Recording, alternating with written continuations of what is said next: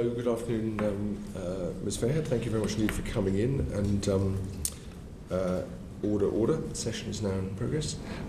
This is a slightly unusual session, as you'll understand, because you've now been appointed as the chair of the new unitary board, and following our hearing with, or in our hearing with the Secretary of State, he confirmed that it would be acceptable from the department's point of view for us to treat this session in part as a pre-appointment hearing. That set us a slight dilemma because the unitary board hasn't come into being and it's not absolutely clear how it's going to operate or how the rest of it's going to be appointed, and therefore what your specific responsibilities will amount to. So what we're going to do, if you're comfortable then, Ms. Fairhead, is to start the process but reserve to ourselves the possibility to come back and ask you some more questions at a future hearing that might bear on the appointment and the responsibilities associated with that. If that's okay. I think the role of the board is relatively straightforward and clear, and probably much clearer than the existing structure was. So I would hope that most of those issues could be resolved, but you obviously have the discretion to invite me back if you so choose. It's a slightly difficult question because normally this is a rather unusual moment. There hasn't been a formal Whitehall process of appointment, and so we're slightly having to improvise to accommodate. Yes, and what I would say is that clearly when I was appointed chairman of the trust, and I do appreciate there's a different role, although some of the elements are the same, I did go through a very robust, rigorous process. As you say, went through a pre-appointments committee hearing with your predecessor committee, and I think that the outgoing Public Appointments Commissioner did point to my appointments process as a role model of doing so. And in many ways, I agreed to do a term of 4 years, and I'm not quite halfway through those 4 years. And, as the Secretary of State made clear to you, one of the reasons for it was to make sure that there was some degree of stability and continuity, and therefore asked me to take on the role, and I was delighted to accept. He could have asked you to stay in post until the new chair had been selected, and that would have created continuity as well. So it's not absolutely clear. I can see why they might want to follow through on the previous appointment for 4 years. That would be a reasonable thing to do, but there are other ways of ensuring continuity consistent with that, with the overall objective. Can I ask a question though, which is, do you see this as a different job? Is this job a different one in your mind from chairing the BBC Trust? And if so, how? Okay, I would say yes, it is a different job, but it is a more clear job than the previous structure allowed. So I would say that from taking the role on as the chairman of the Trust, I went in with an open mind. I heard a lot of complaints about the structure, but very early on, I and all of the Trust unanimously said that the structure, we would recommend change. We recommended that back in March last year. So I'm actually pleased with the structure that's being proposed. A strong board with a strong regulator with bespoke powers for the BBC, to regulate the BBC. There are elements of the role that are the same, which is the representative of the licence fee payer, and I would like to think that the Trust has done that well. I would say that the white paper reflected the public's views, and the public did come out in huge numbers to that consultation, both to the Trust's consultation and to the government's consultation. 200,000 almost to the government's consultation, 50,000 for ours. So that will continue. I will continue to have oversight, but this time the accountabilities will be much clearer. The current regime has these sort of blurred lines where the Trust has oversight, but there's an executive board of non-executives, as you're aware, that have operational and detailed financial oversight. And I think that creates blurred lines. So I will take over the full, and the board will take over the full oversight.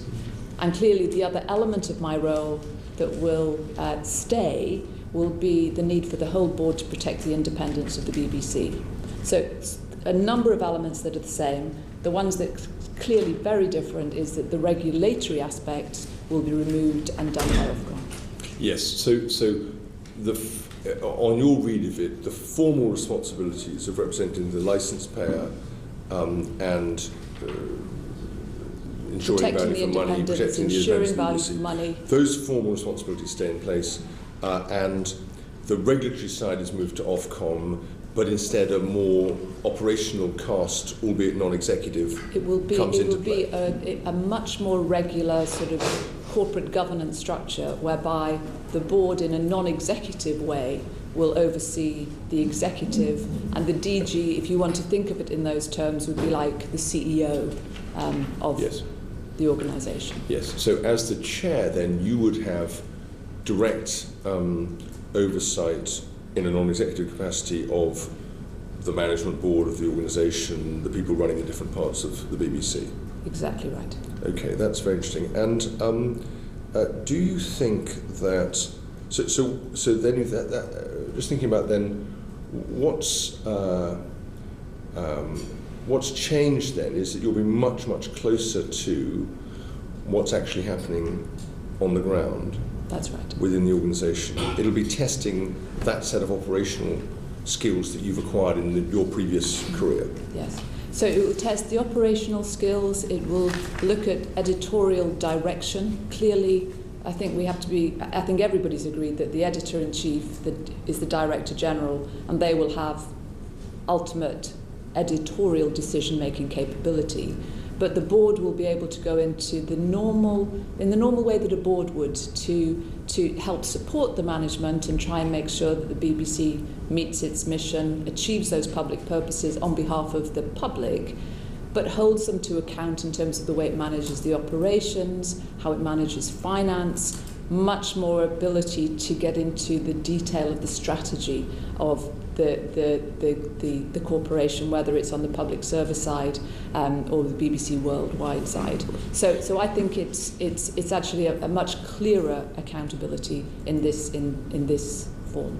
Yes, and there's no hiding behind non-executive directors at the BBC level, because there'll only be one set of non-execs and they'll be working alongside you and the Director General. Absolutely on the board. right. Okay, and what you didn't have before, we will have now, is much more detailed oversight of operational financial numbers. Yes. Is that right? Yes, and you would expect, and I would expect, to have board committees in boards with, audit committee doing the full function of audit committee, remuneration, nomination and governance committee, yes, and any others that when we are working through how the board should operate, we determine should be established for the good functioning of the right. BBC. So operational and governance. So governance is another whole area that really, in reality, comes in that wouldn't have existed in quite the same way. At the moment we had governance, but we didn't have the operational and editorial detailed oversight. Now those have been put together. Right, but you didn't have governance. But you didn't have governance in the sense of, as it were, audit committees, comp committees, things like that. Did you in the previous arrangement? And this was where the blurred lines existed. There was a remuneration committee which was firmly in the executive board. Yes.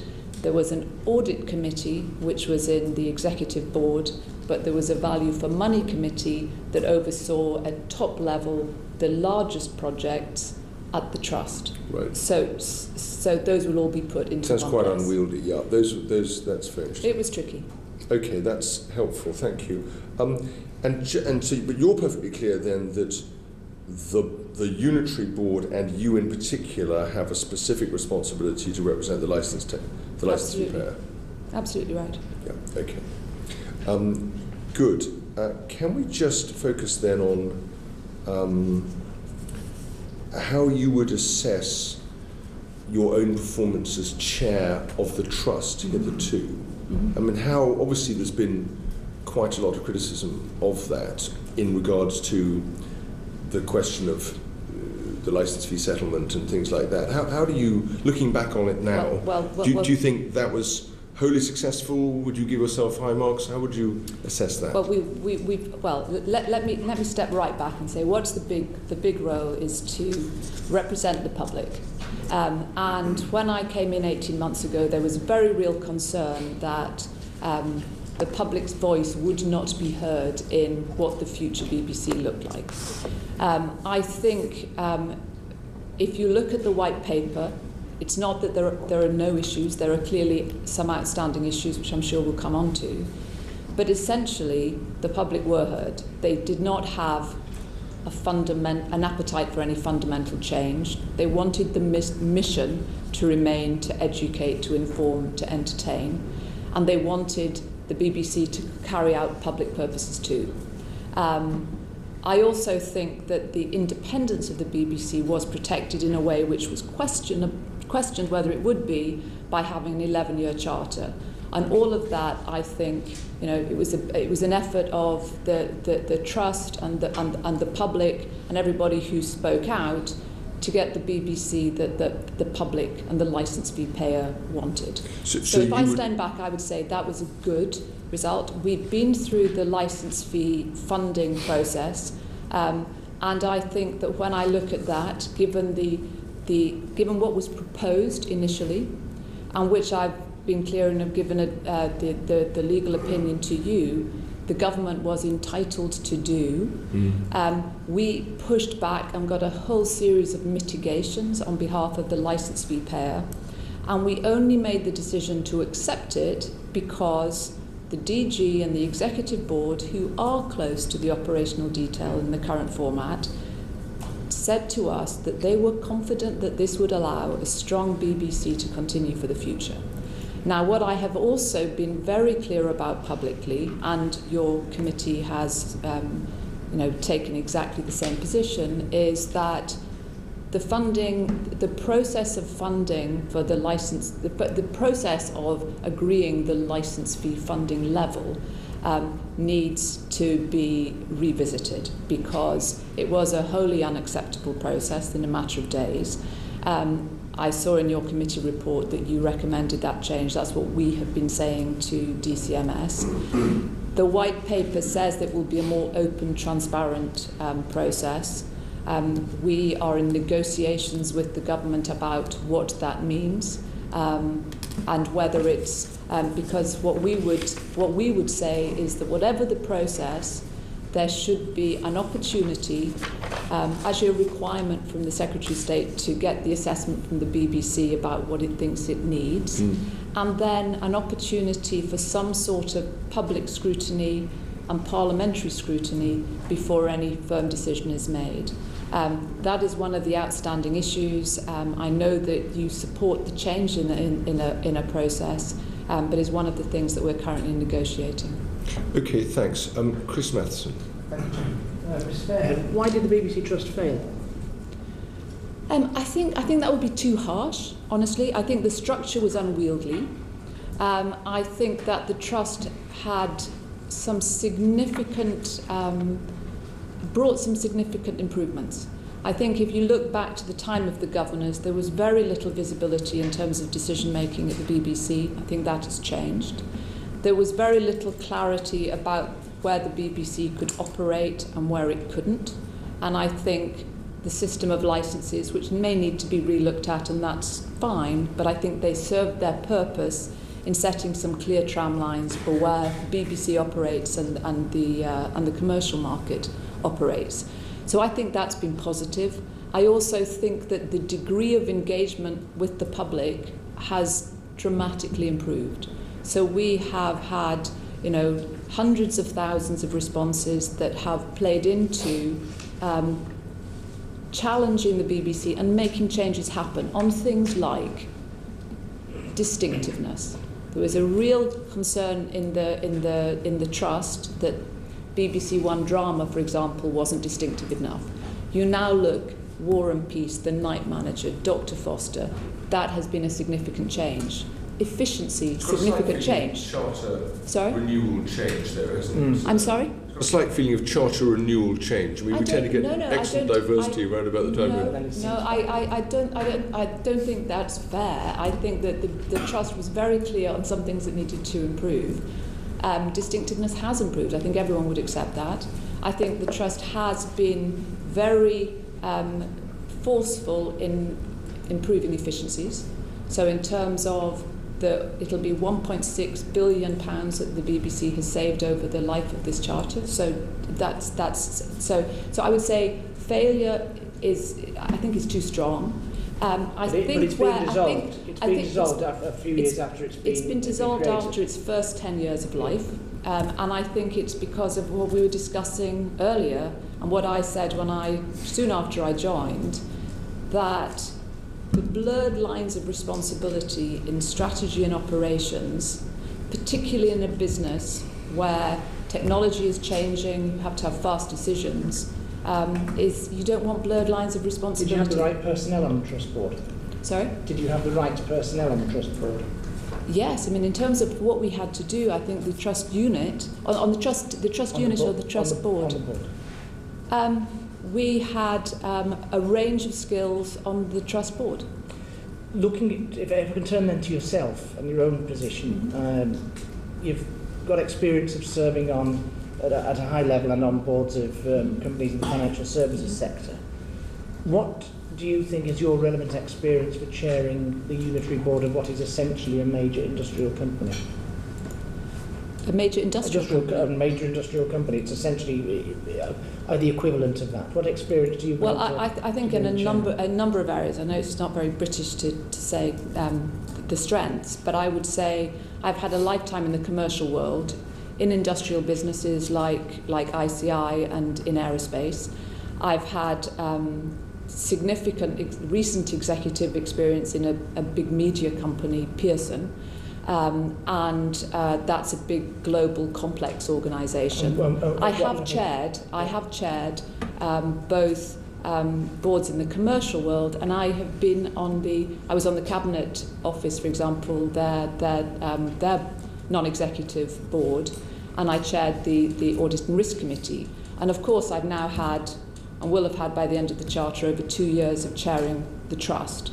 So I think a lot of the skills for chairing, which in terms of understanding what the objective is, understanding what the key levers you have, and making sure that you have the right board around you in a way that you can build the skills and experience on that board, create a real cohesion on a board, because it has to take collective responsibility and has to take ownership, because there is just one board now, it's the unitary board.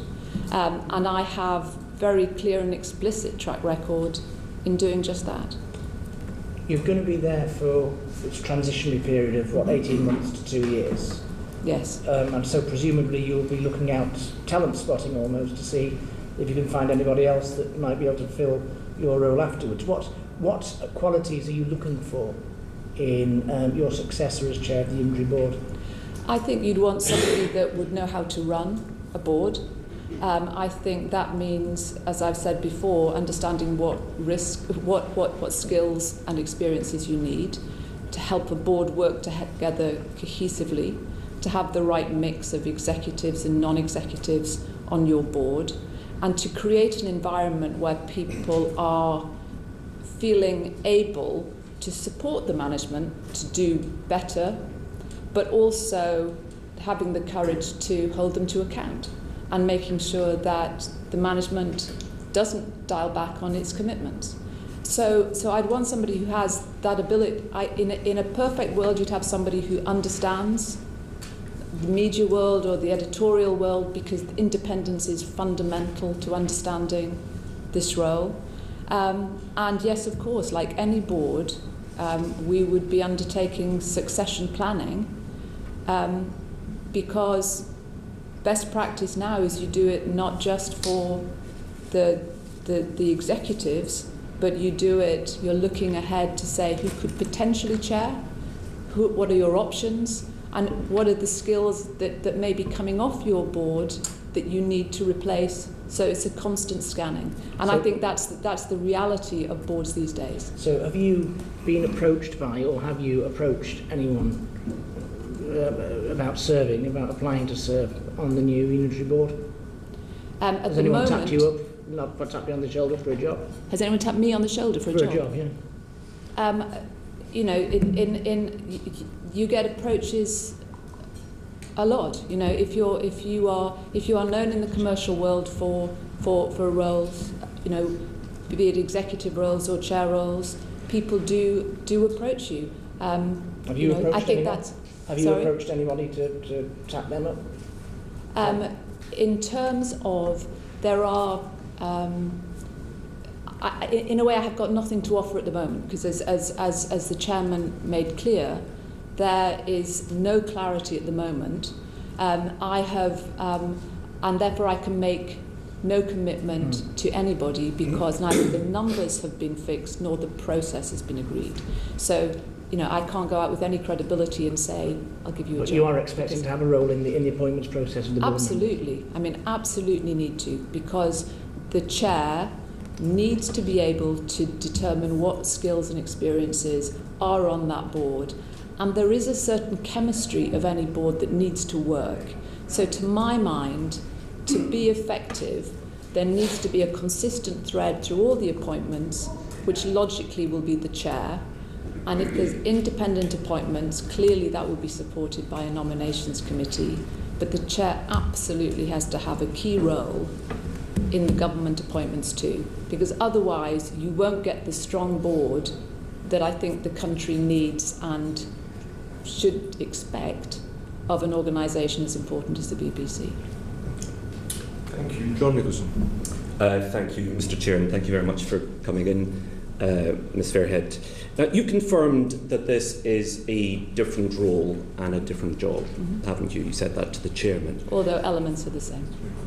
Given that, can I ask why you weren't subject to a full public appointment with open competition? It wasn't my process.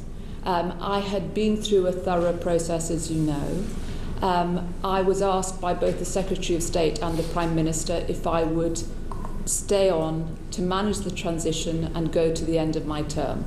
And I said yes. It was their process. It was their decision to make. You wanted an open competition? I'm sorry? You wanted an open competition? No, I have always, and I have approached this job always on the basis that my role was to represent the public, to try to get to the BBC that they want, and to try and have a structure that it will best be structured for the BBC. I was very explicit in my conversations. I took myself right out of that.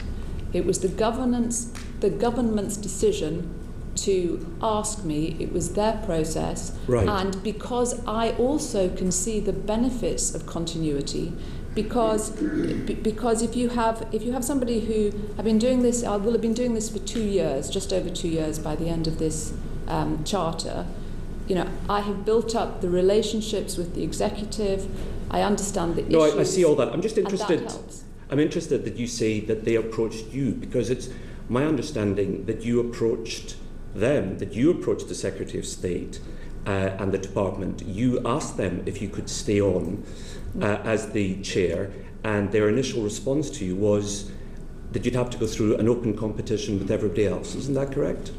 All I can tell you... Wasn't that their initial answer to you? And there were all sorts of conversations about options. What I can say is the Secretary of State came and asked me, and the Prime Minister asked me to, and but they I initially said yes. they initially told you, and I think this is correct, they initially told you that you'd have to apply like everybody else. Can you confirm that's correct? There were all sorts of discussions, and that was one of the options, and it was discussed in the round. Okay, but then... But ultimately what happened was they came and asked me, and they said, we would like you on the basis of continuing. Okay, I just want to explore the process, because I think it's really important. Now, as I understand it, what happened after that is you approached the Prime Minister and asked him for a meeting, and at that meeting you discussed the process for board appointments with him. Is that correct? I'm not going to go into the exact details, but it's very important. It is important, but there was a meeting with the Prime Minister. That had been set up months in advance because the white paper was about to be issued. We talked of a series of issues, and we discussed board appointments because that's a very important element. Indeed. But then at the end of that meeting, as I understand it, you asked the Prime Minister for a private meeting. And at that private meeting, you said to the Prime Minister that you'd like to continue as the chair. That is not true. There was a private meeting. It was about something different. But you asked the Prime Minister at that meeting. So I just want to be clear. I do apologise, Mr. Faber. I didn't hear what you just said. There was a private meeting, but or and. But this was not the subject. This was not the subject. So just to be clear, I can tell you absolutely clearly. A meeting with officials and then a separate meeting without officials, but not on this topic. Yes. Right. Sorry. Thank you. So you did not discuss at the private meeting the possibility of staying on as the chair of the Unitary Board. The meeting, there was a talk in the round. And I've seen all of the assertions that said I went and asked for the job. I did not. I did not. I was asked by the Secretary of State and by the Prime Minister to take on this chair role, and that was how it happened. Okay, so you at no point did you say to the Prime Minister, I would like to do this job? I think this is a great job. I think it's a better job than the one I've got, in the sense of it's got more consistency. So you did tell the Prime Minister you'd like to do the job? So I said if I was asked, I would be interested, but I on no account said, absolutely did not say, I must be given this job. No, of course you would. In any way. That would be enormously presumptuous to say to the Prime Minister, Absolutely. I must be given the job. So of course, I'm not suggesting you did, but what I'm suggesting is that you asked him to stay on. I said that I would very happily stay on, and equally I could happily step aside. Okay, and were DCMS officials present when you had this conversation with the Prime Minister? I believe there were officials present. I can't say. I believe the officials had actually left the room at that point, and that the Prime Minister wasn't aware of requirements for an open selection. All I can say is that all through this process I've been made very clear that I think the BBC is important. I think that we've done a good job on behalf of the licence fee payers. Yeah, I want to stick with the process. But this process was one that I said that I would willingly take it on. I had signed up for 4 years. No, that I don't doubt. I know you wanted the job. No, I said I could take it on. Equally, I could step aside. Yeah. They made the decision. They made the decision on the process. The Secretary of State asked me first, and then the Prime Minister. Okay, but there have been numerous attempts to get the Prime Minister to change his mind on this, it is my understanding, including the DCMS itself. I'm not aware of any of that. Well, let me tell you, the Cabinet Secretary, the Cabinet Office Public Appointments team, all have approached the Prime Minister and said that they are unhappy with the way in which your appointment was made. All I know is that I went through an open and rigorous process. Well, you didn't. That I was. You didn't. There was no process. Sorry, when I was made chair of the trust, I was. But you've already confirmed that's a different job. I've said it was different in parts. Well, it can't both be an entirely different job, I didn't say which you went through a different. rigorous process for, and then be virtually the same job, thus requiring no rigorous process for your new appointment. I have so one or the other. I have said that it is a different job, but there are many elements that are the same. It was not my decision to make about whether I was appointed, nor it was a decision to make about the process. See, it seems what I do know is that the Secretary of State asked me. He asked me first, and the Prime Minister asked me too. Yeah, we're in danger of going round in circles. No, it was on the basis, Mr. Nicholson, of that the Secretary of State said to you it was because they valued that continuity, and that was the basis of their decision, and it was their decision to make. I don't mean to break in, but I'm just trying to get clear on the facts of the matter. Will you excuse me for a second, John? Just to be clear, though, Ms. Fairhead, you've confirmed that there was a private meeting with the Prime Minister which did not discuss the question of whether you would be chair. We talked about appointments in the round, but the point of that meeting was about something different. Okay, I understand. And then there was a further meeting which did discuss your appointment, but that was one where DCMS officials were present. No, I mean, the Secretary of State contacted me and asked me to do the job. There wasn't a big meeting of officials of DCMS. I was asked by the Secretary of State. I'm just trying to get clear on what I really want to try and pin this down, because as I say, it is my understanding that you had a meeting with the Prime Minister in which you discussed this job with him, that he agreed that you could continue. There has subsequently been a great deal of controversy in Whitehall about the way in which your appointment was made. Not a personal thing about you, but about the way in which the appointment was made. And as I've said to you, the Cabinet Secretary, the Cabinet Office Public Appointments team have both complained to the Prime Minister about the way in which your appointment was made. And the reason they've done so is because your appointment has broken the rules of due process. My understanding, firstly I was asked by the Secretary of State, then the Prime Minister, as I've said. My understanding is that the Public Appointments Commissioner was approached and he was satisfied with the process. I don't know any of the conversations to which you're referring. Well, he's been lobbying the Prime Minister to get the Prime Minister to change his mind, and the Prime Minister has refused to do so because the Prime Minister felt that he'd given you his word that you could have this appointment. And this has all been covered up. And this is disturbing because it sets an enormously bad precedent for public appointments, because you've been shoehorned into this role without having gone through the due process that somebody in your position should do. And it's just not good enough.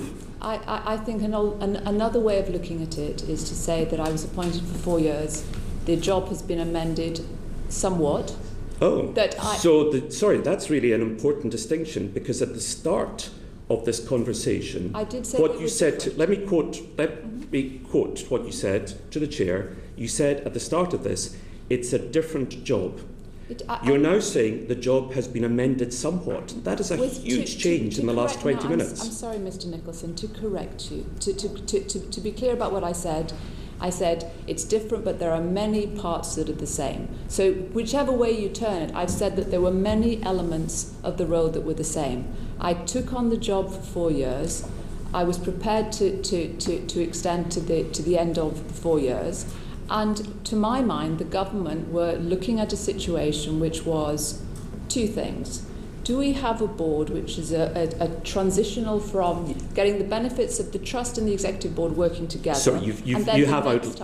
Fairhead, you have outlined all of that, and I really do get that. I really do get that. But I really want to summarise, because I think it's very important.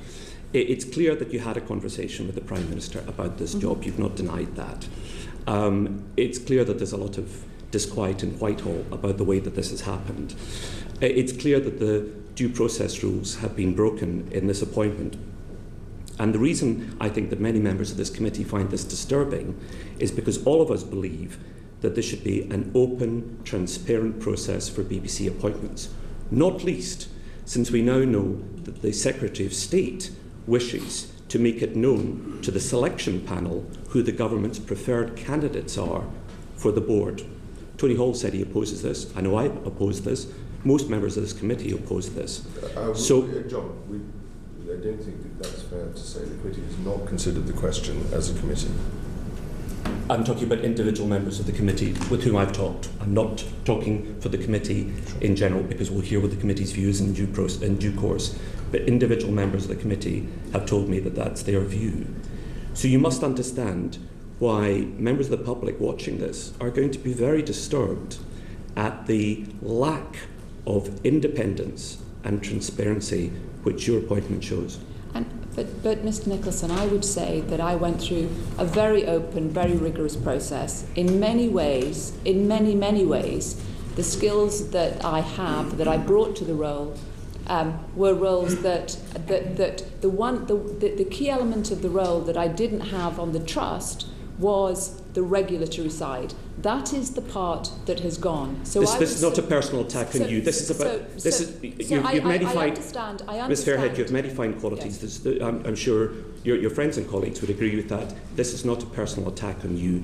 This is a critique of the process. Mm-hmm. And if I am criticising you in any way, it is this. I think it's entirely inappropriate for you to approach the Prime Minister and lobby for a job rather than going through due process? Honestly, Mr Nicholson, I think that is a total overstatement of what I said to you. I had a meeting with the Prime Minister to discuss a whole range of things on the Charter. I absolutely, explicitly did not lobby him for the role. It was a decision taken by the Secretary of State who asked me, and then the Prime Minister confirmed it. So I absolutely deny totally your categorisation of that. I agree with you that you need open, rigorous processes, but I also think that you need to have some continuity to go into this board, because, as you will know, whenever you start the board of an organisation, if people don't understand that organisation, the risk of things falling between the cracks and people not being held to account is much higher. That's an argument for cosy, ongoing appointments rather than open, transparent appointments. But I'm finished, Mr. Chair.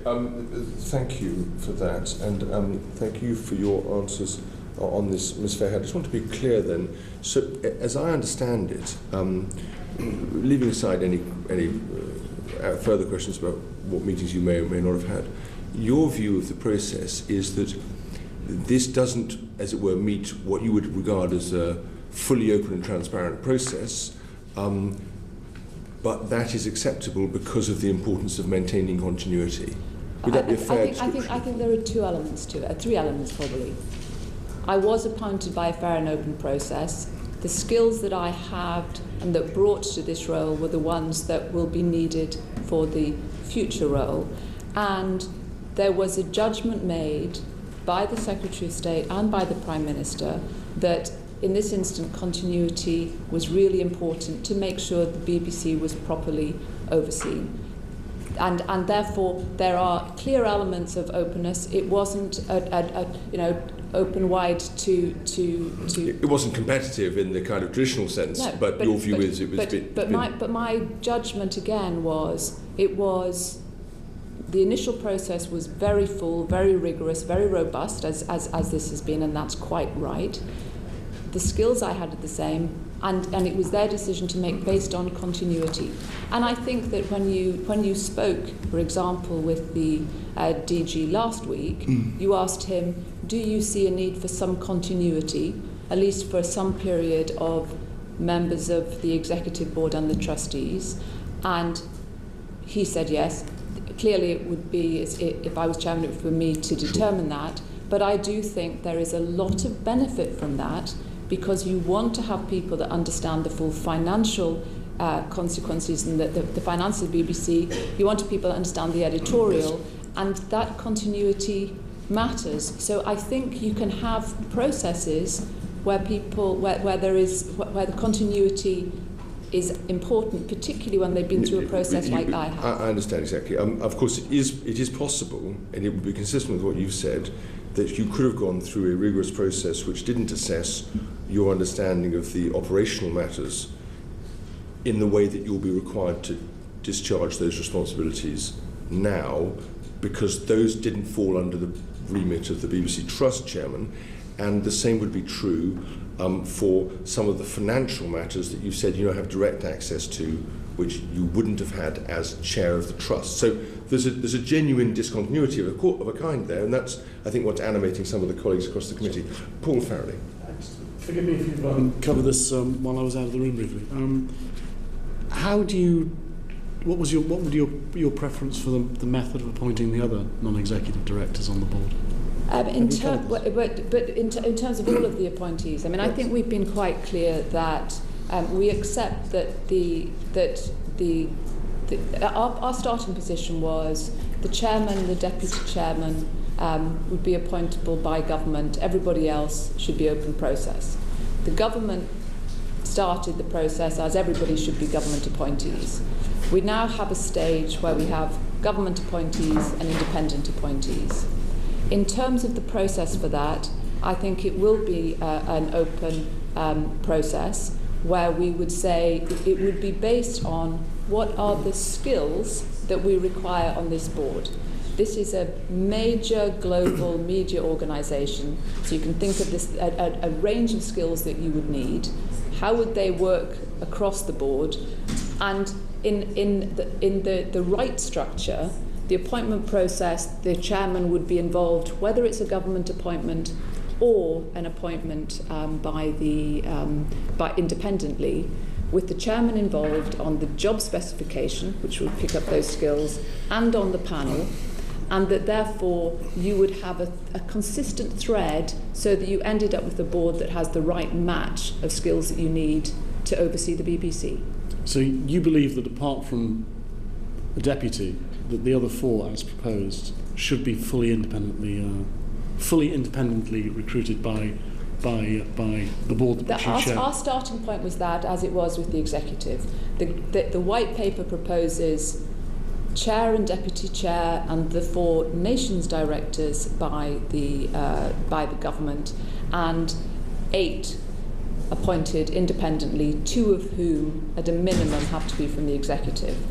Where we are in negotiations at the moment with the government in terms of looking at both the numbers and the process of appointment, and in particular I'm really clear that you need the chair to have a thread all the way through, from job description through to candidate selection and panel, to get to asking the a very endpoint. straightforward question. I'm asking for your opinion, not a statement of the lie of the land at the moment. What your opinion? Your current opinion. My current opinion is that you need to have the chair. But as a chair, I would wish to be fully involved in all the appointments. The white paper agrees that the chairman should be closely involved. I think the more rigorous involvement that can be, the better. You still haven't answered the question. What is your personal opinion that the other non-executives should go through a fully independent process and not be nominated by the government? This in an ideal world, I would go to chairman and vice chairman and all the rest independently appointed. I understand that the government's opinion is it's 2 plus the 4 nations directors and 8 for the independent process. Ultimately, this is a matter of negotiation that we're working through with the government, and from my perspective, the really important thing, and I'm obviously failing to get across this, is what matters to me is that on any board there is the right blend of skills, there is the right blend of executives and non-executives to make that board effective. And so the process has to make sure, whether they are government appointments or not, that is the end result. So my aim is to make sure that process, the involvement of the chair, goes all the way through that process, so we end up with the right board which is properly independent and can hold the management to account and support the BBC. So you would acquiesce in the way many people in Hong Kong wouldn't acquiesce that the next governor of Hong Kong comes from a list from which is handed to them? No, I think they will go through a process. I went through an open process to get the chair as the trust. There are two ways of thinking of the board. This is the transitional board. The next time that the board, it will be fully established. The two trust and the executive will have blended. The new chair will go through a fully open new process. I think that's absolutely right. Just as supplementary on this, should Tony Hall fall under a bus tomorrow, how should the next Director General be appointed? The next Director General will be appointed on a board. It will be appointed, well, at the moment, the Director General is appointed with recommendation from the Executive Board, and the Trust make the appointment. In the future, the Unitary Board will make that on advice from its Nominations Committee. And as I said, you'd have a succession plan, as most corporations do, with an emergency candidate and then a process to appoint the next one, which would go through the Nominations Committee. And explicitly no role for the government? I'm sorry? Explicitly no role for the government? Explicitly no role for government. Okay.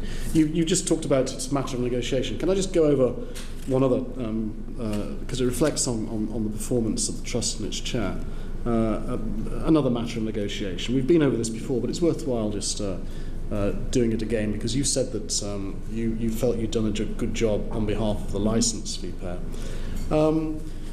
When George Osborne attempted his first drive-by shooting after the 2010 election, he wanted the low-hanging fruit of the pensioners' free licences as well. But at that stage, Michael Lyons and the Trust Board said, that's a step too far, we will resign. And he didn't get the low-hanging fruit. The second time round, you acquiesced in the grab, which was a deal made essentially between George Osborne and the Director General, with the Secretary of State looking on. But that Secretary of State had firmly opposed the first drive-by shooting when he was chair of this committee. Look, which in that situation, which chair of which trust stood up for the licence fee payers better? Well, what I can say is that if you actually look at the numbers of the deal, there was a 26% cut in the first deal, I have had different information about how much the trust actually said that they would resign. Secondly, the deal that we had to negotiate on behalf of the licence fee payers was initially 10 but 20% cut. So I'm not saying it wasn't a cut. We had to take into account that we were in a period of austerity where there were huge pressures on cutting anything that was in the government's ability, and when we got to a deal which was better than the previous deal, and which the deal was not cooked up between the DG and the Chancellor, I was in that room with them. We negotiated the best possible sense of mitigations. It was materially better than he came forward with, and we were absolutely clear that if we had not been reassured by the executive team that they could run the BBC and have a strong BBC, we might have taken different action. We had to do the whole consequences of saying no, and would that lead definitely to a better outcome for the BBC, and we determined no. It was a judgment, but the decision, I think, showed that we got a cut, but a lesser cut than the previous time. We got a good white paper that reflected what the public wanted. And I think I look at that and say, actually, compared to where we were 2 years ago, that's actually a pretty decent outcome from the people of this country who want the BBC essentially to have the mission that it has today and no fundamental change. And that was possible because of how we fought on all fronts. Although the Chancellor needed those low-hanging fruit within a matter of weeks, although the process was I've told you wrong, process, and although the Secretary of process State who was involved in the process had said it the first time it was wrong. The process was terrible. I've been very clear, and I've said publicly that the process was unacceptable, and that's why we have consistently demanded in our meetings with the department, with the public, have stated that we want more protection in the future for that, which will involve and should involve some degree of public scrutiny and some degree of parliamentary oversight before a deal is arranged, rather than in a period of 8 days. And that I know this committee is keen to do, and I would welcome that support. Okay, I've just got one other area of responsibility to just explore briefly. You've said it's up to the non-executives, to represent the licence fee payer, but also at the same time that your new job doesn't have the regulatory role. Mm-hmm. So could you let's just rewind back to the BBC plus one decision. Right. In the new world, how would that decision be taken? Because it was proposed by the executive, and the trust turned it down.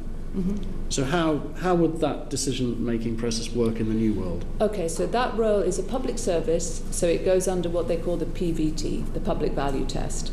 The way that the process would work is that the BBC board would decide whether this is a situation where the public interest is more important and more powerful than the impact on the market, and that's a judgment that the board has to take in the interest of all licence fee payers. If Ofcom disagreed with that, okay, let's do the board decision making. So the board decision will be in the first place saying that they do not think this would require a public value test. Ofcom would then make a decision as to whether or not it should, and if they decided it should, then they could require a public value test. So it's still ultimately for the regulator to demand that public value test. But you would envisage with the board that the executives might dream it up. You discuss it like any other company board, and take a decision as to whether to announce proceeding with it or not. You would, but then if it's of any significant change, we would have to go to Ofcom to say, this is the change, and they could step in and say, actually, we need to look at that, and we want this, and this. So you do still have a balancing quasi-regulatory role. I wouldn't say it's a regulatory role anymore. I would say that there is an independent regulator, but there is always got to be a balance of the BBC in terms of the new things that we're doing. Are they in the interest of the public as a whole? So it's not. It's more complicated than I would say than a commercial organisation which is looking at its bottom line and its shareholders for that particular stock. Okay. This is broader. My final question, Chair, just along this line, is that, okay, if you'd taken as a board the decision that the Trust ultimately took publicly, not to proceed with BBC Plus One for all sorts of reasons, how would the public know that you'd taken that decision? I mean, my plan would be to be as transparent as we possibly can. We have been, through the Trust, I think the level of transparency, the engagement with the public has been much higher. I think that needs to continue. If anything, I think the engagement with the public will increase. So would board minutes be made publicly available? Yeah, we intend to publish board minutes, absolutely. In a meaningful fashion? Sorry? In a meaningful fashion? Yeah, we produce the areas, minutes that are not very meaningful. Well, we would try to make them meaningful without breaching any commercial confidentiality or putting BBC's ability to perform its mission at risk. But yes. And would BBC 1+1 have been commercially confidential or not? I would imagine we'd say that this was the decision that was reached. We may not have all of the itemised reasons, but that sort of decision, yes. Okay. Thank you very much indeed. Just to follow up a couple of very quick things you raised there, and because I wasn't absolutely clear. On the licence fee settlement, Ms Fairhead, your position is, if I understood it correctly, you're very critical of the process. You accept that there was a different outcome as regards the pensioners' payment of licence fee. But that was okay from your perspective because of the other concessions versus the deal that was offered and the climate of austerity in which it was taking place. Right. Okay, thanks. I'm just trying it was a judgment to be clear. That's great. Yeah. It's a judgment call. And then the second thing I think you said was that in line with the principles of openness that you described earlier and in relation to the minutes, you support the government position, which is that board appointments should be handled now in the usual way for the government appointees, that is to say by open and competitive process. And I would intend to have an open process for the independently appointed ones too. Right, so you won't use the civil service approach, but you'll have an open process handled by the BBC. The process that I'm envisaging is that we would have a job spec which looked at what we needed. There would be on the panel myself, an independent party, so that the public could be satisfied that it was an independent process, and probably a member of the nominations committee. And that panel would be an open advertisement of it. The only exception I would make would be these small number of continuity candidates, which might have a sort of a closed group, but a process to apply. So those would include current members of the BBC Trust Board and also the the Executive BBC Board. I think you just have to say, well, can we have a little bit of continuity? But on the whole, the process should be open. We'll probably. So, does that mean for them it would be, as it were, not quite so open or not competitive? Would it be, as it were, would there be an element of recruiting people you already know to jobs you know they could fill? No, I think if you do it on continuity, logic would say it has to be either existing members of the executive board or the trust. That would be the only basis on which you would do it. So everything else would be fully open, advertised, independent member on the panel, consistent with the job spec required across the whole board, taking into account the skills that have been brought on the government appointments, and ultimately a proposal to the full board from myself and the nominations committee that it's this individual that we think is the right fit for this role. Right, and the government appointees, even if appointed, would not get the opportunity to vote on that nomination if there were government appointees already on the board or close to the board at that point? There would be a nominations committee, and that would make the recommendation. And what I'm very clear that but I it don't is possible want... in principle, is it not, that the government appointees who might be appointed earlier than the non-governmental appointees could have some undue influence over the choice that the BBC board made for its own non-government appointees? Every member of this board has to have a duty to act independently and will have a duty to protect the independence of the BBC. Therefore, what I don't see is a big rush on government appointments and holding back on the independent appointments. No, but you haven't got a mechanism that protects the licence payer against that possibility. That's the worry at the moment. That's the thing I'm pushing on. Yes, and but they will have a duty to be independent. Right, but they might still be. I mean, I'm sure people think that even if they've been appointed by the government, but in practice that might not look as though that's actually how it is. I mean, they might have a duty but be appointed by the government. Let me take that away and consider it, whether only the appointments should only be by independent. The point I wanted to make, though, was a unitary board is just that. It has to have collective responsibility. I do not want a two-tier board where the government directors are somehow disbarred from taking other decisions. We need to have people who act independently, are chosen through a proper process with the chair fully involved, so that the chair can determine that during the process with the right skills. And I do not want this sense of two tiers, because I think that will sap the ability of the board to help the BBC and to hold the executive to account. As you know, we very strongly believe in the principle of unitary board, so I think the committee has already opined on that. Just a final quick question. When you said an independent party, you mean an independent person of recognised independent authority? I do. The sort of person I would think of was a public appointments commissioner, or even the public appointment commissioner himself. Right, but the point is not a government person and not a person of no public somebody who current is profile. recognised for being independent and who anybody could take a look at and say there's an independent person. That's very helpful. Thank you. Quick question from Ian Lucas. Yes, it was just picking up on a question of public benefit that you talked about earlier.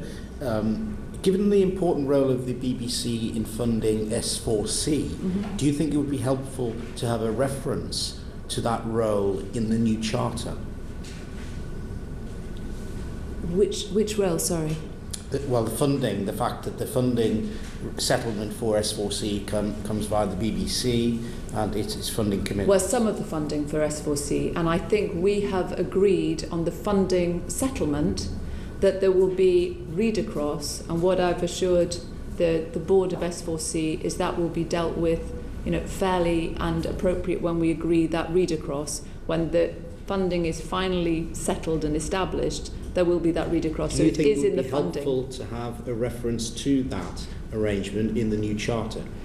Possibly not the charter, but maybe the agreement. It's just that why not in the charter? That's a more constitutional 11-year, and the funding settlement is 5 or 6. So, I mean, I think definitely BBC, in the agreement. The role of the BBC and its relationship with S4C is a fundamental It's fundamental. It's a critical part, and therefore should be included in the charter.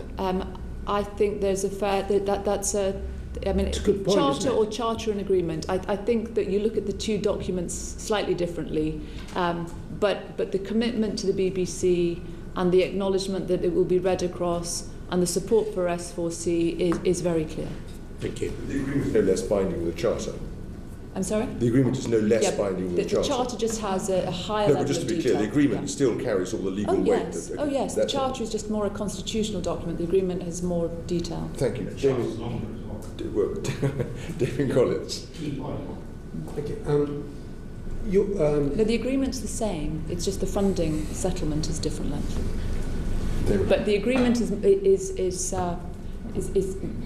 the agreement you can change with mutual agreement. Is very hard to change parts of a charter. It sounds like you're going to take this away and I will potentially definitely take it away. It's a very good point. Thank you, Mr. Collins.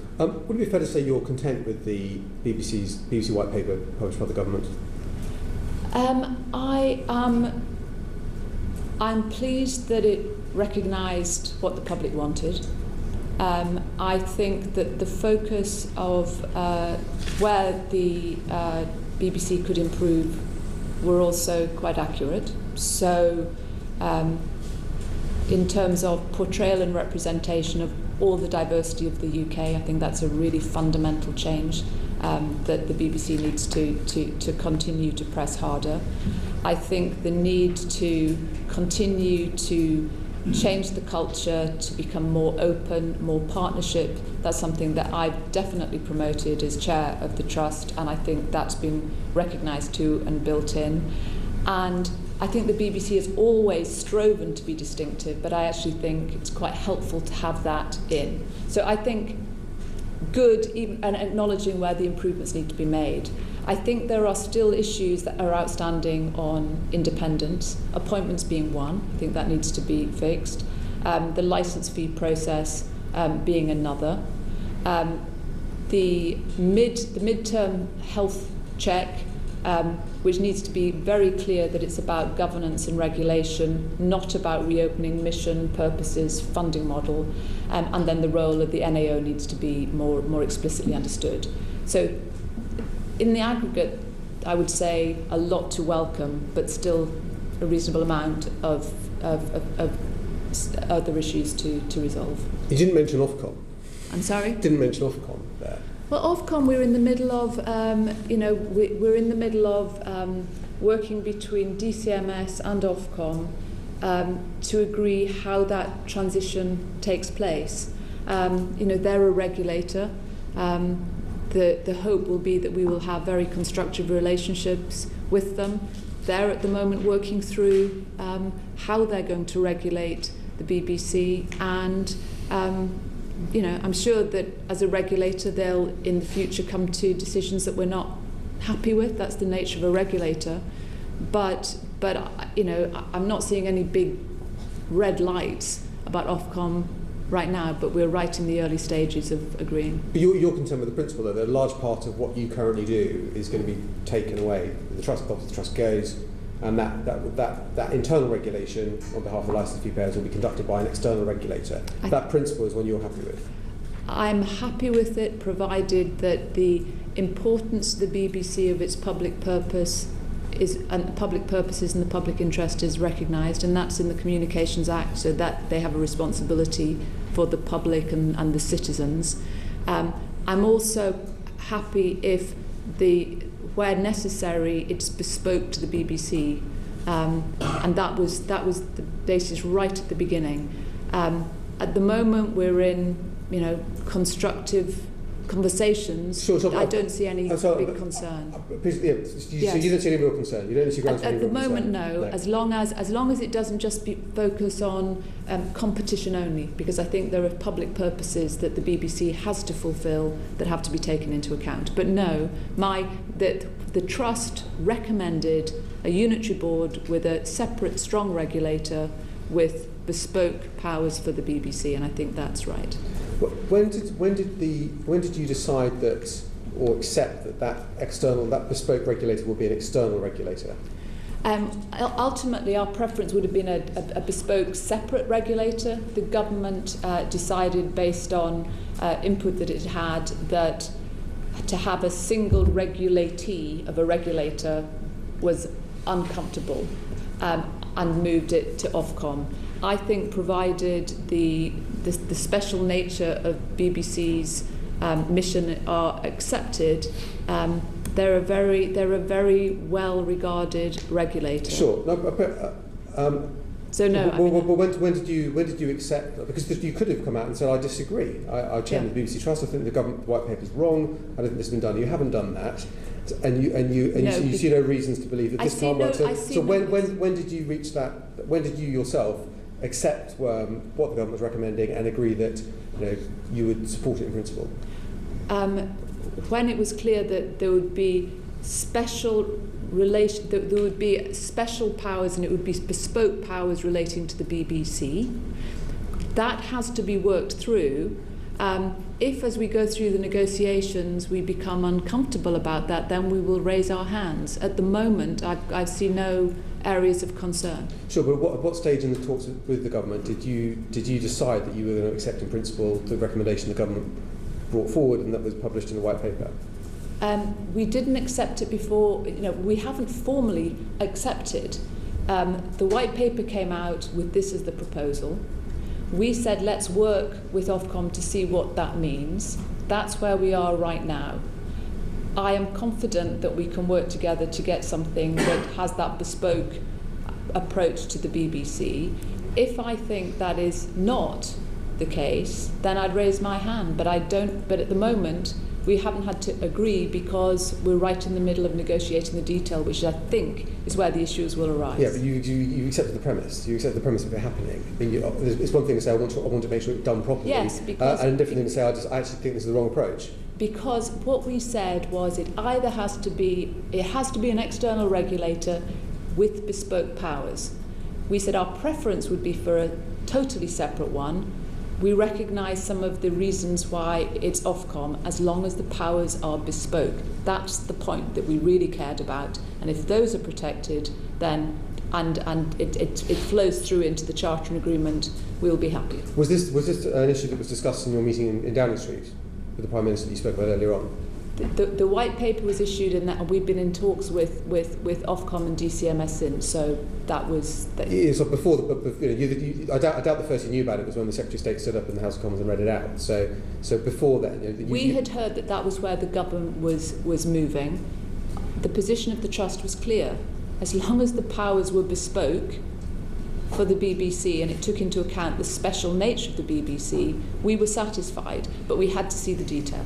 But you were presumably aware that this was going to be the recommendation when you were asked to chair the interim BBC board, be interim chair of the BBC board. And my position stays the same, which is, I think a unitary board's the right way.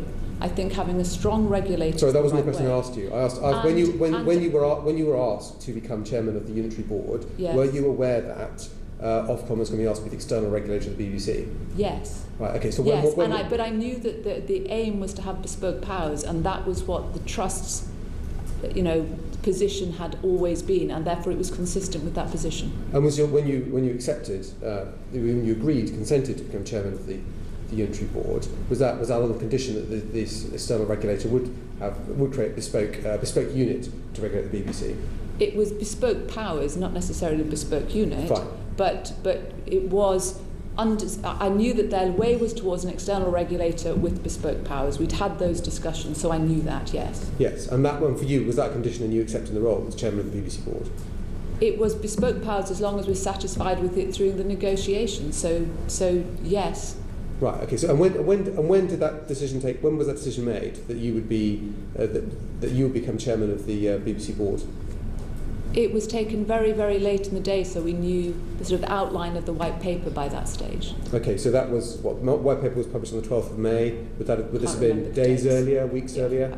I mean, more days earlier, because we until that time we were really focused on getting all the details of the white paper to reflect what the public wanted. That was the main focus.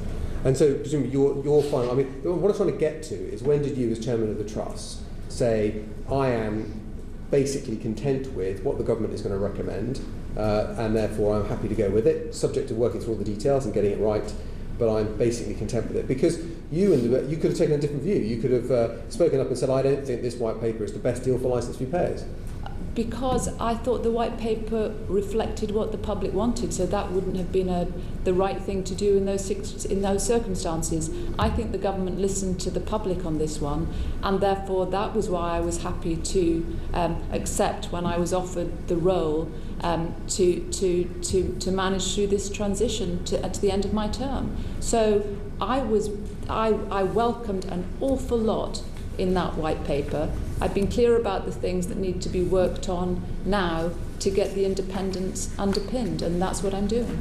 Yeah, but there's one thing to say, the public can give a view about distinctiveness and the regions and other things too, but I mean, the public doesn't necessarily give as defined a view on exactly what the nature of BBC regulation should be. Which is why the role of having people who understand the BBC and understand the current regime, it's important to have that continuity. And that was my judgment, that for the interest of the BBC, it was better that they had a chairman to give that continuity so that we could have that ongoing discussion and be doing it from a position as getting the best possible board, structure, regulatory environment in place for when we kick off the new structures. I mean, there may be some people that would wonder, given that so many of these decisions seem to be made right at the last minute before the white paper was published, as to whether the trust was bought off by the government, and that the trust were offered, jobs in the new organisation in return for not having any objections to proposals. Absolutely not at all. It was right at the last, and that was that's what I said. I said I'm not going to opine. I'd said to the Secretary of State, I'm not going to opine about my position. I'm concentrating on getting the right thing for the public. And frankly, a lot of your questions appear to be saying, is this self-serving? No. My role, and I've been very clear from the very beginning, is to do the best I possibly can for the public so they have the BBC they deserve. No, I mean, what I've been trying to do in my questions is ask a really, really simple question, is when were you content with the contents of the white paper? And I think you've been slightly opaque in the way you've sought to answer those questions in an unnecessary way. I'm sorry, I thought I was clear. I welcomed a lot of the white paper. I thought the white paper was a good white paper, and I thought it properly reflected what the public had said. There were elements of the white paper that still need worked on, and I was clear where they were. So I was happy. I thought we'd got to a white paper that we were pleased with. The Trust was pleased with that white paper, but that didn't mean that it was perfect and there weren't things to work on. So if I've been opaque, I apologise. I was trying to say, yes, we welcomed an awful lot of that white paper. And that was still going on up to the final talks you had with the government, which may have been days before the white paper was published. It was. There were an awful lot of discussions in great detail for weeks and weeks, actually months and months before, and then the whole series of final decisions were made, very close in the final weeks and even days. Including that you should be the interim chairman. That was right at the end. That was right at the end. Sorry, just to be very clear, when you say, you mean the decision was right at the end, but as it were, the question must have been hanging over much earlier. The government couldn't responsibly have left open the identity of the chair of the new board in the context of the white paper until the last minute, because what would happen if you'd said no? They would then launch the white paper with no knowledge of who the chair was going to be. Or no answer to that. I mean, isn't the more likely position they would have had some indicative conversation with you about whether you were interested or not? You'd say, I'm broadly speaking interested. Until very, very much towards the end, and this is, my position was, I will negotiate this whether or not I am to, and take myself out of it. I made that explicitly clear. And so that was the basis on which it happened. Ultimately, they had to decide, do they go with the white paper to say, and we will create the chairman and appoint them now? Sure. The logic of the continuity is not just seeing through the transition. It's, if you think of the process by which you'd have to appoint a new chairman, you'd have to have somebody who is in place to start putting the board together, the board committees. The benefits of continuity, you'd have had two layers. You'd have had an appointment layer, which would have taken 3 to 6 months, and then you'd have had a further layer for the board. You would, and I think that was in the. I can't speak on behalf of the government, but the Secretary of State spoke to you directly and said he was happy that I was in place. I just wanted to be clear about what the timing. And he'd asked me for continuity's sake. Thank you. Sorry, just final issue I just want to ask you about. The BBC Studios Yes. proposals. I appreciate there's still quite a lot of work to be done on those, but in terms of the oversight of the studios, in terms of the way in which open competition works within the BBC, and to ensure that the BBC doesn't use certain inherent advantages it may have to compete unfairly against independent production companies, who do you think is best placed to have oversight of that on a day-to-day basis? Should that be the unitary board, or should that be Ofcom, or should it be someone else? Okay, well, it hasn't been approved yet by any regulator. So the process it has to go through, at the moment the plan is that the BBC needs to come with detailed plans. They will then be consulted on. And then if the regulator, the trust, or in future Ofcom, looks at it, puts in the specifications of the regulation for studios, they will then be put into operation, but that has not yet finally been approved. Okay, it's been agreed in principle. Once it's in place, the BBC board will oversee it for its strategy, for its operations, and to ensure that it is complying with the regulation. In the future, it will be Ofcom who will be the regulator that will require the BBC to prove that we met all those regulatory standards. So I think it's relatively clear that there's a process to go through. If the trust makes that regulatory decision, because the plan is to have that done by the end of the year, I've been very clear, given my role, that I will have no part in that decision because there's a potential conflict, and I've written to DCMS in that regard. And so, if it was felt at some point in the future, if this all goes ahead, that BBC Studios was in breach of the guidelines and rules that have been created, that it would ultimately be for Ofcom to take that judgment. Yes. Yeah. Yes. I mean, it will be regulated by Ofcom. It will be overseen, managed, strategy, operations, overseen by the unitary board. But the regulator will be Ofcom. Thank you. Thank you. Just to pick up one thing you've talked about there, what's the timetable now with Ofcom? What's actually going to happen? When do you expect Ofcom to be up and running? You know, when can we expect you to be in post? When can we expect the rest of the board to be appointed? Well, we are currently, the charter ends in December, so we are currently aiming to have everything in place by the 1st of January.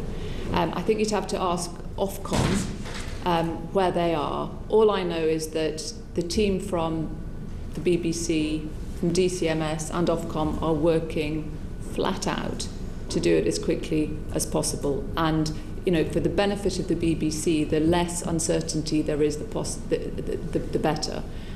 So we are currently still aiming for December, but I have to say it's very, very tight. And it sounds as though you believe that you ought to be able to hit the board recruitment targets by December. Is that right? That is absolutely what we are aiming for. I think it's possible as long as we get the appointments number and process resolved in a satisfactory way in the draft charter, which, as you know, is the Secretary of State said they're planning to come out before the summer recess. Yeah, so you're going to be negotiating that right. You're negotiating That's that right critical. now, essentially. We're negotiating that right now, and then you have to think tactically and operationally. You know, what can we do now to start getting together the sorts of skills we need in the job spec and thinking about the details of the process so we can get going immediately. Right. So I want to come on to that in due course, and I'm sure colleagues may as well. Just to pick up one little thing though, what's your personal view as to whether Ofcom will be ready for a 1 January start next year? I think it's looking very tight, but they are working as hard as they possibly can. I think that's not really a question for me to answer. What would be a more realistic timetable, do you think? I'm saying we are still aiming for that. Right, but to be sure of doing it, I mean, a more manageable timetable would be what, the 1st of March or the 1st of April? You know, I'm not going to move from where we are aiming. I don't think it will be on our side that there's a delay. There are obviously more to do on the Ofcom side, but I would hope that if there is any extension, it would be short, because we're in a position of uncertainty, and I think in any organisation you want to get certainty and start the next stage. Cutting through that, if Ofcom are late and miss a 1 January start next year, there will have to be an extension to the charter to accommodate. Yeah, there will have to be a transition agreement arrangement anyway. Yeah. Yes. Yeah. Okay, that's helpful. Thank you, Nigel Hudson. Thank you, Chair.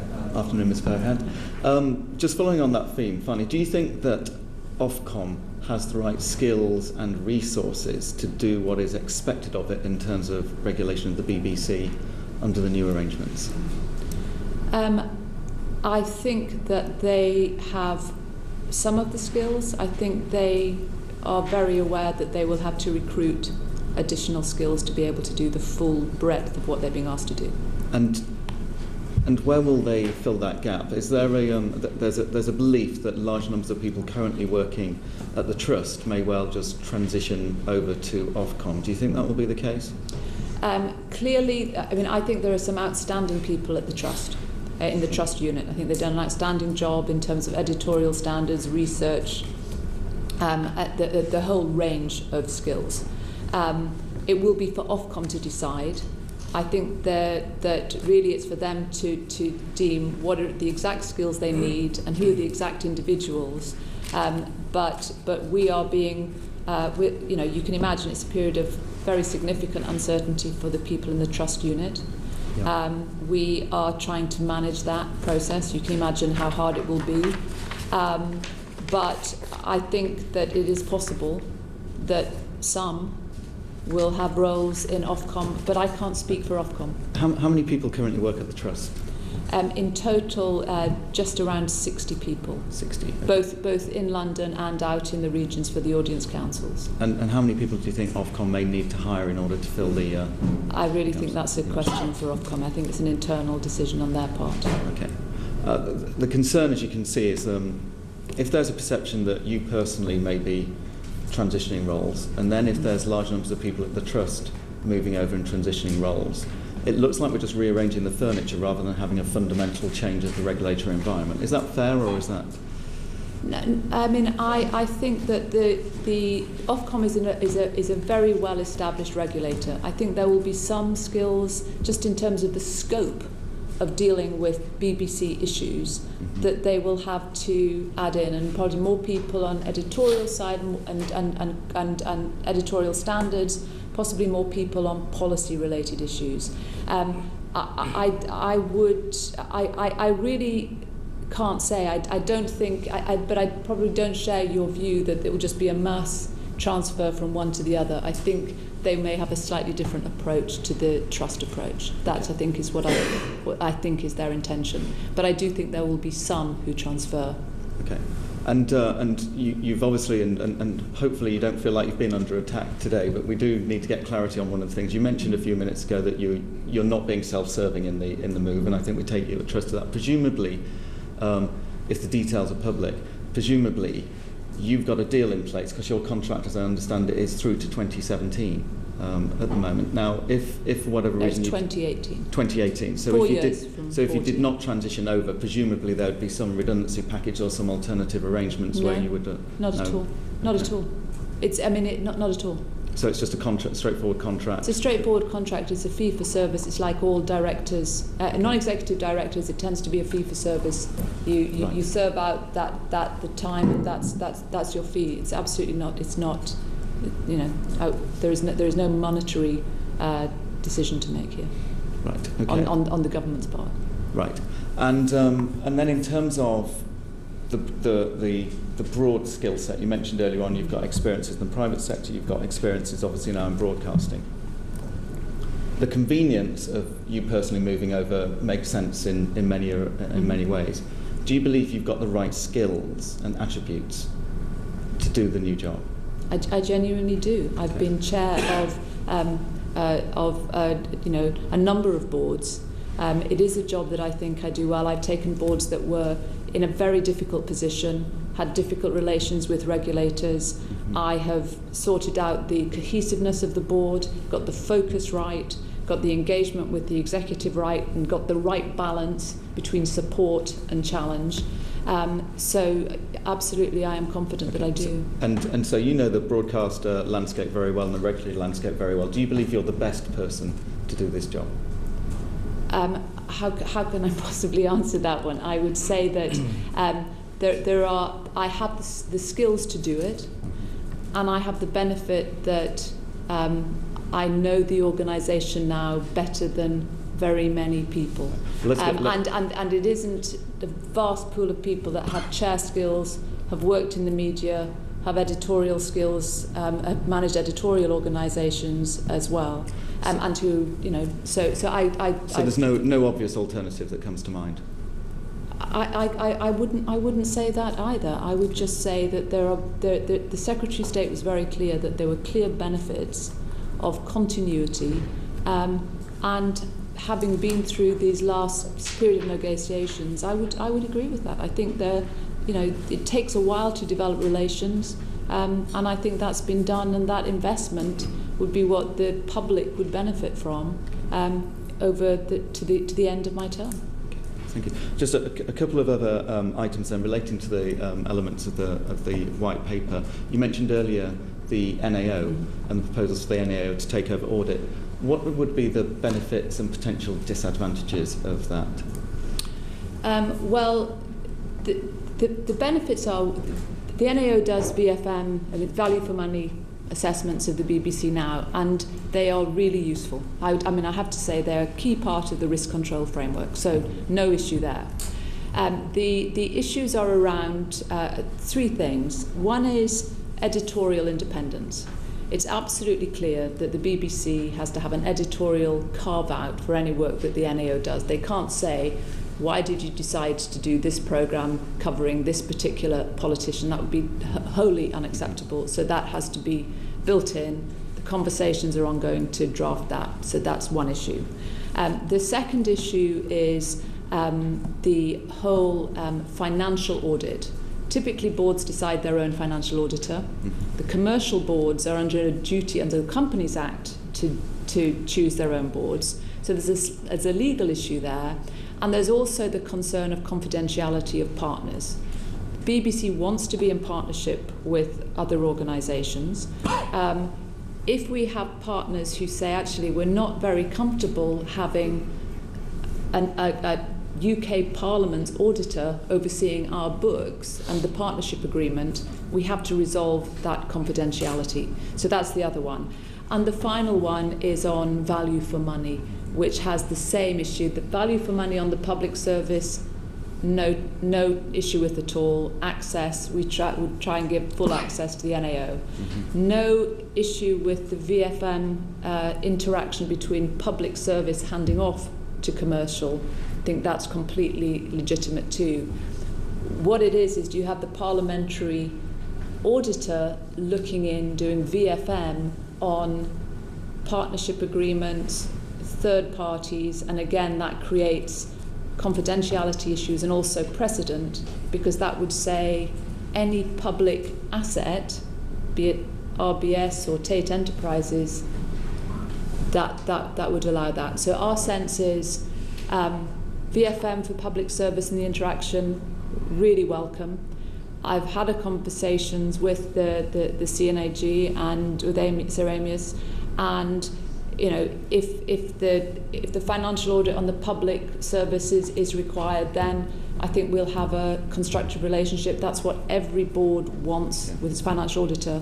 But those are three issues that we need to wrestle to the ground. And the BBC themselves have expressed concerns about some of those, and particularly that working with third parties, absolutely, the commercial aspects, BBC Worldwide. And third parties have already written to the executives setting out their concerns. So I think this is a non-trivial issue. Okay.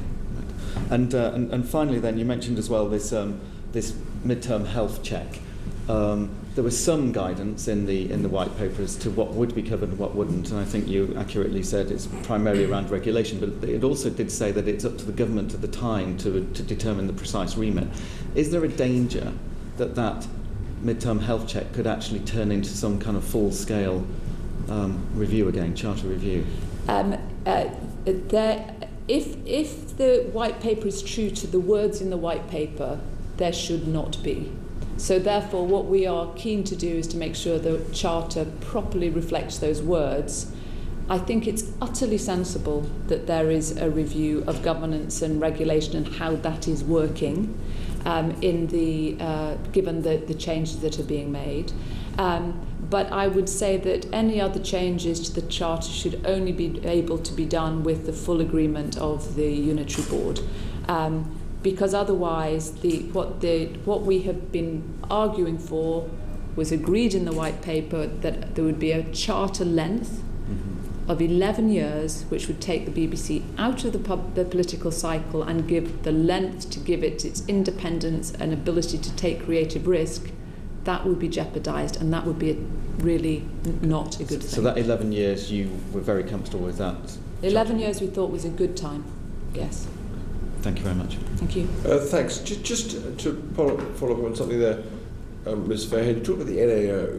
I was slightly disappointed with what you said there, because there's no genuine worry about the NAO, right? The NAO is constantly evaluating government projects which are with third parties, commercial third parties. It's a standard operating procedure. Government contracts with millions of third parties, or tens of thousands of third parties around the world, and there can't be a serious worry that the possibility of a deal being, as we're subject to NAO review, would materially impinge. They're very sensitive about these things. I know everyone's quoting these two apparent cases, and you're welcome to write to us with details of them if they actually exist, but actually that feels pretty spurious to me. The second thing is that when you've talked about the NAO, you've drawn a distinction, which is quite common amongst the BBC, between commercial and publicly funded activity. But the truth of the matter is there would be no commercial activity if it wasn't publicly funded, because the BBC wouldn't exist if it didn't have a £3.5 billion annual subsidy from the taxpayer. So the idea that the night manager's commercial deal, for example, is something that can't be viewed or scrutinised by the NAO because it's conducted through BBC Worldwide, whereas the night manager itself has been funded in some other way, irrespective and not reliant on BBC licence fee money, is actually spurious, isn't it? No, because where I agree with you is that the interaction between the public service handing off to the commercial service is absolutely appropriate, that should be subject to VFM. I completely understand that and accept that. It's when the parliamentary auditor goes into looking at the value for money in a purely commercial world with pure commercial players, because once that handoff has taken place with the public service, commercial acts purely as a commercial company to make sure it has a number of elements. That's the presumption that the NAO will be testing. It's possible that what's actually happening with the commercial guys is the licence fee payer has no guarantee without that the commercial folks aren't striking deals at any kind of commercial But that rates. is where I think the appropriate body to oversee that should be the Unitary Board. It's for them to say, are they acting appropriately? Are they acting as efficiently as possible? And that is the right place. Yeah, but the revenue from these things would be used to defray expenditure that would otherwise be raised from the public purse through the licence fee. It would be. But so that's, the licence fee payer has a direct interest in these. I do see that there is a direct interest because the commercial activity sets off the so there's a direct interest, then Parliament perfectly appropriate for the NAO to go in on behalf of Parliament. But having handed off in a proper way, then I think there's a question of whether VFM should be done inside the commercial operation of BBC Worldwide. Okay. And as far as the financial audit, in terms of the public service, most boards would have that ability to choose their own auditor. But I think provided there is editorial protection, we can make that work with the NAO and the financial. The NAO isn't contesting editorials. The NAO is not looking for editorial input or influence. So that's why I think we can achieve that also falls away. Okay, let's just ask a few more questions if colleagues will indulge me. You said you don't want a two-tier board. Mm-hmm. So why are you accepting national directors, which inevitably creates a two-tier board? I don't think it does. I mean, these people are going to be shop think stewards for Wales, Northern Ireland, Scotland. I don't think it does. I think Well, a unitary board has a unitary unitary interest in the institution as a whole, right? They do. I would say two things. I think nations and regions and the whole devolution, the devolving nature of this country means that nations and regions need proper portrayal representation. So I think that's a sort of a reality. So the board couldn't, sorry, just to be clear, the board couldn't exercise that representation if there weren't individual directors responsible for it? They could, but the white paper, based on what Sir David Clementi has proposed, said that. What I believe for the unitary board to have that cohesion is that those board directors are not only there to represent, they come with the skills and the talents and the knowledge of markets and expertise that you would have for other members of the unitary board. So to my mind, they are people who have great knowledge of the nation, but they also bring maybe understanding of how to manage a big creative organisation. Sure, but they could be appointed by a competitive process in the usual way, and those things could be weighed against other skills and other needs. I mean, what you've essentially done is to accept that aspect of the Clementi report when actually it would be more in tune with the unitary board to reject it. I think you can have a unitary board with particular lead directors on some aspects, and I think that the fundamental is that their skills and experience has to be what a unitary board needs. And that, if you're looking at the sort of the hierarchy of interests, you'll need those skills, you'll need that experience, and you will, because of the nature of devolving condition in this country, people that will have knowledge of those nations. So I think so long as I am confident and that the nominations committee is confident that they have the right skills and experiences to add to any unitary board, they can have a particular task of representing and having knowledge of Wales or Northern Ireland or Scotland too. Okay, but you're still the regulator of this entity until the new arrangement kicks in, and therefore one would be expecting you to push back on some of these arrangements. Why did you accept the dilemma that the government's put to you between having 6 government appointees and having a majority? Because that means you have to have a minimum of 13 members of the board, which is close to making it unwieldy. I think you could have pushed back. You could have said we'd like 4 government appointees in total, and the rest of the board can therefore be a majority. We can have 9 or 11 members. We have been clear that we would want the right mix of execs and non-execs. That our strong preference is for 5-5-4. I think 14 is manageable. I think 10 to 12 is probably best in class. I think 14 is manageable as long as you have the skills on that board. So 14 itself didn't bother me, but we are working with government to say, is there any movement on that 6? But ultimately, as you know, it is for the government to decide. Ultimately, it is their decision. What I am pushing on is both numbers. We've made it very clear that our preference is 5-5-4. We've also made it clear that I'm surprised you're not making it clearer that your preference should be for a smaller board than that. I don't know why you're going for 5-5-4. It seems 5-5-4 is too large. I've been on boards that are larger than that have been effective. I've been on boards that are smaller. I think it's about how it is the talents that people bring around the table, and the clarity of the priorities on which they're focused. And so I think a 14-person board is manageable. I don't have a problem with that. Okay. Do you think, were you concerned about the Panorama programme on the EU referendum that was just aired, we've certainly had reports that many people found grossly insulting to people who'd supported the Leave cause? Look, I'm not going to. You know that I don't oversee the editorial side. My views, just generally on the EU, and I think you said it in your committee last week. I think the BBC did a difficult job. Lots of very, very, very passionate views on both sides, and what I look at is the feedback from that process. Were there any real outpourings of concern? I look at the facts of the complaints that have come to the trust, which is obviously the final level. It's a small handful, really, 3-4 complaints. So I look so back far in regard to the referendum. With regard to the referendum, there are complaints that the management oversee the level of complaints. Yes. The 3 or 4 that made it through to the trust were seen because of the timeliness and the requirement Was the of overall it. volume of complaints something that would give you cause? The editorial standards committee oversaw that, and they were not. There was nothing that gave them cause for concern or alarm. So to date, the evidence that we have does not suggest that there is extraordinary alarm about the coverage. And in fact, many have said that it was a difficult job that was well done. Do we have any reason to think you have different views on the BBC's pay policies in the light of the white paper from the Director General?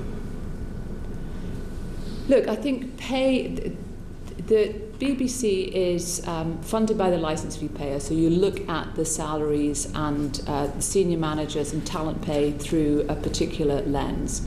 I think that you have to recognise that it is a competitive market. These are really talented people that you're dealing with. But within that context, you have to drive down the costs. And so if I look at what the BBC has done on senior managers, what you'll see when the report comes out. Right, but it doesn't sound you're disagreeing with what anything the Director... I'm asking where you disagree with what the Director General said.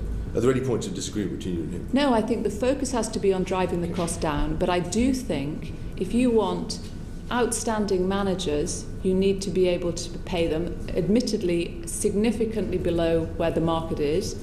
And if you want talent, you need to have a blend of new talent and recognised talent. And you have to keep the cost tied down. So, as he told you last week, there'd been a further reduction in talent pay. Talent pay is 12% of content, well below the 16% that was targeted. And we at the Trust had a review done on how is it managed, is it done effectively, and the feedback we got was actually BBC has improved that area dramatically, has brought those costs down. 25% of the highest earners have been cut down, so a quarter reduced, and the feedback came you could make these changes in your processes, but basically you manage it well, and you are aware of when to walk away. You are aware of the blend of established talent that's more and new talent that you need to develop. Do you think did you share, the Director General made clear that there would be no absence of transparency on pay as a result of the BBC studios spinning off? Is that your view as well? It'll be a commercial arm, so it'll be similar to the way that we treat BBC worldwide. Sorry, will there be any less transparency? That's the question we want to know. Or will it be? Well, if it's in the commercial market, then there are different rules that apply, and I think he was clear on that. But, for example, I'm just asking, will it be more transparent or less transparent than it is now? It will be the same as it is now with regard to commercial. Because the worry, obviously, is the thing gets spun off in the commercial rules, and suddenly it becomes impossible to see what's going on, to the limited extent we have now. I think it will be the same rules apply as to BBC worldwide. I think that's appropriate, and I think that the board will be overseeing one of the key priorities that I would see any board has to do is look at all the commercial part of the BBC, because the more that can have a return on the public money, the better. Could you comment on the news today of the management reshuffle of the BBC? Yeah, I mean, this was something that is obviously a decision by the DG. It's his management team. It was overseen by the executive board, which is the current structure. Have they been run past you? Yes. So, and he's been talking about it for several months, thinking through the options. His goal was to get a smaller, tighter team. The current team is 16 people, so he wanted to get it down to a decision-making, much more agile team, so it's down to 11. He wanted to reflect the significance of the education role of the BBC. So there's a new role on education and the significance of nations and regions. So there's a person representing nations and regions, which is a role that's been brought back. I understand it happened before. But a team of 11, there will still be executive directors in the nations who will continue to play a critical part, and there will be a way for the unitary board to engage in the nations as well. I think his whole aim is to make it more agile, to start driving down the cost reduction. The BBC, by the end of the charter, will have to save about 20% of its current cost. A pretty difficult task, given that we have escalating prices in sports and drama, but that's the target that we have. And he, being fully supported and encouraged by the trust, is going to reduce the management layers and cut costs from the organisation. Why wasn't this done earlier? I mean, obviously it's been a serious issue for a while. The DG could have taken action on it 6 months ago. I think that there needed to be clarity about what were going to be the key interfaces in terms of there's more consolidation now in the deputy DG. Right. So that was making sure that everybody who was affected was informed, advised, it was managed through.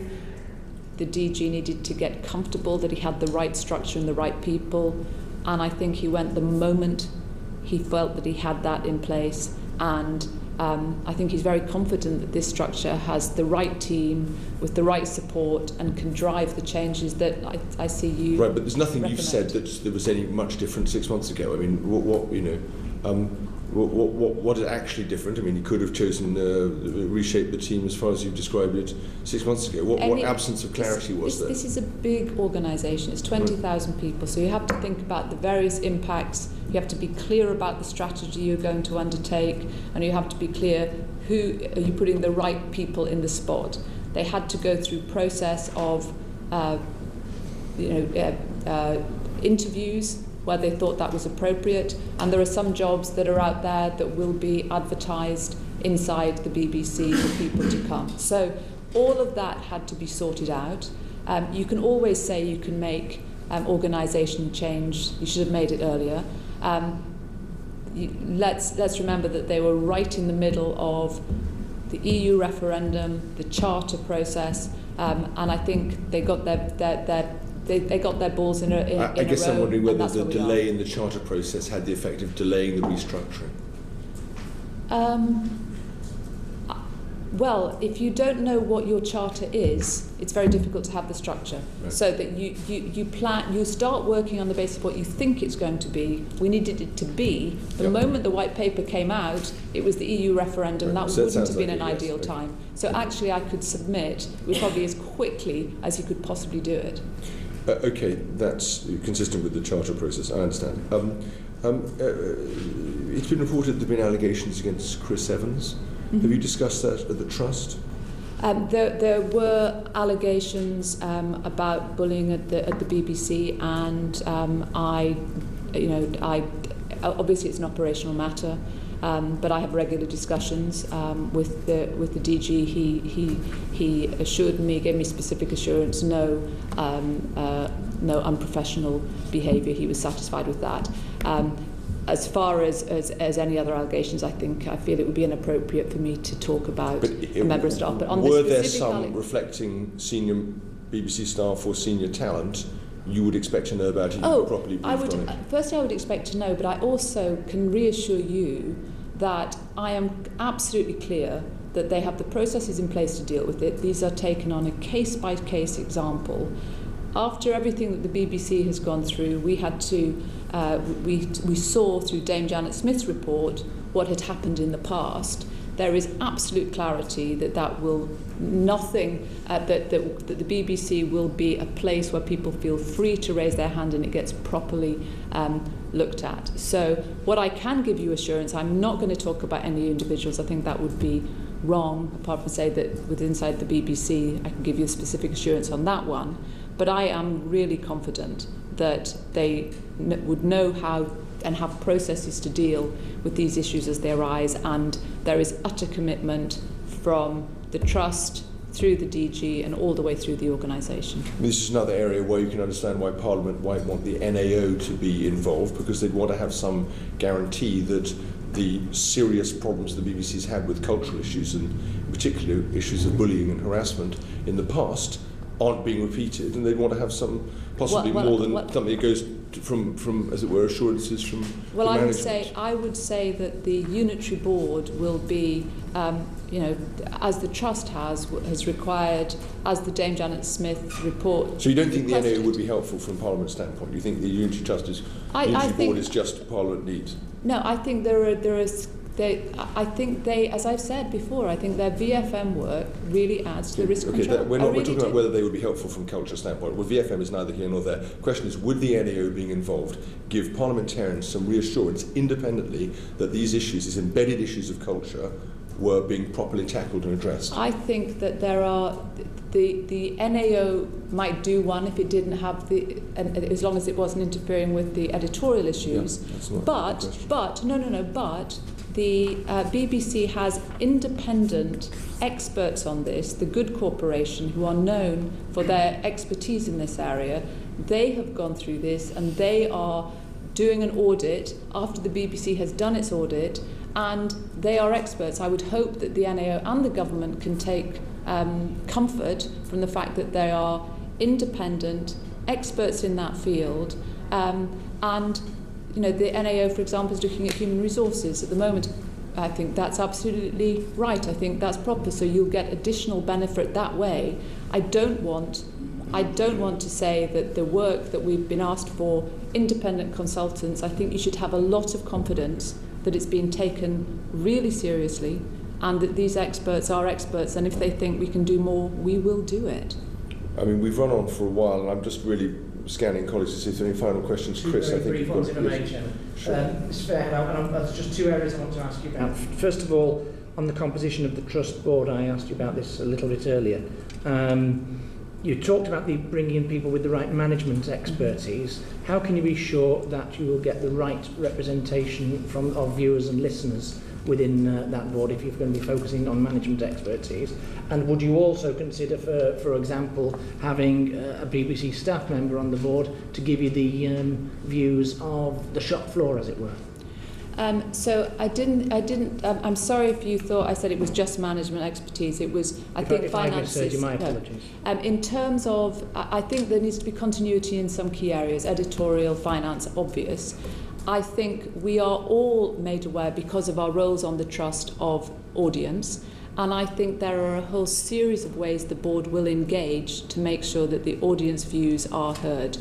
I would be reluctant to make a member of staff on a board of a business where they are executives. So I would say you have to accept that non-executives are just that. They are overseeing, and then I don't think it would be appropriate to have an executive member as a non-executive.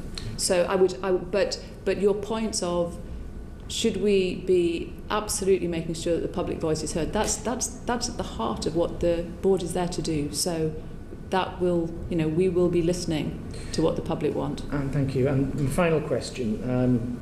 Mr. Farrelly has this, has described this position of the licence fee renewal as the drive-by shooting. And you've told us today, and of course you told us in a previous appearance, that you chose and decided not to threaten to resign in the way that predecessor boards had done. You had a private meeting with the Prime Minister recently after a discussion about the White Paper. And Mr. Nicholson and I have just been considering during the course of the meeting those groups within government that we believe opposed the way that you were reappointed, that not you personally, but the reappointment process. And we believe that it's senior elements within the Department of Culture, Media and Sport. We believe that the Cabinet Office Public Appointments team opposed it, and Mr. Nicholson also has information to suggest that the Cabinet Secretary was unhappy with the reappointment, which all points to only one person that really would have the influence to override that. So let me ask you directly, in terms of your reappointment, was that the personal decision of the Prime Minister? No, from everything I've told you, I was asked by the Secretary of State and the Prime Minister. I cannot tell you any more than I know, which was that I was asked by both of them, And in the interest of continuity, you have information you claim you have. I don't have that information. All I can tell you was that I was asked, the Secretary of State has stood up in the Commons and explained why he thought that was the right decision. And I honestly, that is what I know. Thank you. Thank you. Well, thank you very much. It's been a very long and quite detailed session. We're very grateful to you for coming in, and I'm sure you understand that we try to discharge our responsibilities. I understand. As you would expect us to as a taxpayer and citizen. So if there are no more further questions, I think we'll draw stumps there. Thank you very much. Order.